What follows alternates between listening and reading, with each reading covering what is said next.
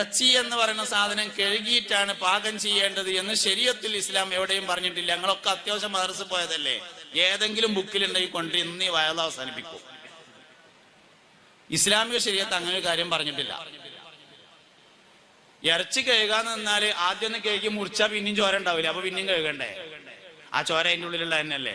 പിന്നെ കഴുകി കഴിഞ്ഞിട്ട് ഒന്നുകൂടി മുറിച്ചാൽ പിന്നെയും ചോര ഉണ്ടാവില്ല, എന്നപ്പോ തീരാ. ഇറച്ചി കഴുകാൻ പറഞ്ഞിട്ടില്ല. പിന്നെ നമ്മളൊന്ന് കഴുകും, അതെന്തിനാ? മനസ്സിന് റാഹത്തിട്ടാന്. അത് വല്ലാതെ ടാങ്കിത്തെ വെള്ളമൊന്നും കളയണ്ട, 1-2 വട്ടം കഴുകുക എന്നുള്ളൂ. കഴുകാം. അതേ സമയത്ത് അതിൽ നിന്ന് ചോര മാത്രം എടുത്തുകൊണ്ട് കുടിക്കാൻ പാടില്ല, അതിന്റെ ഹുക്കുമ മാറും.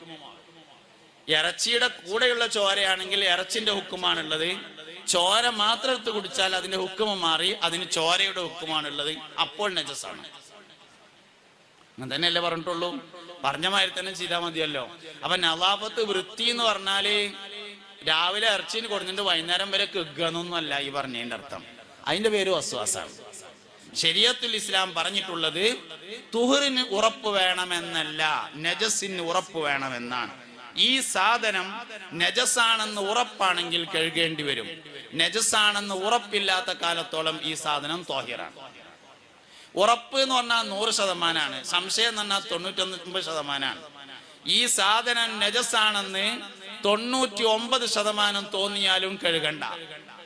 100% മനസ്സിലായിട്ടുണ്ട് നജസായിട്ടുണ്ട് എന്ന്, എന്നാൽ കഴുകണം.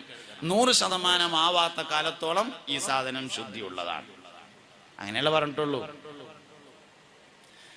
ഇന്നിപ്പോ നേരം വെളുത്താല് ആദ്യത്തെ പരിപാടി സിറ്റൗട്ട് മണ്ണിട്ട് കഴുകല. നേരം വെളുത്ത ആദ്യത്തെ പരിപാടി എന്താണ്? സിറ്റൗട്ട് മണ്ണിട്ട് കഴുകലാണ്.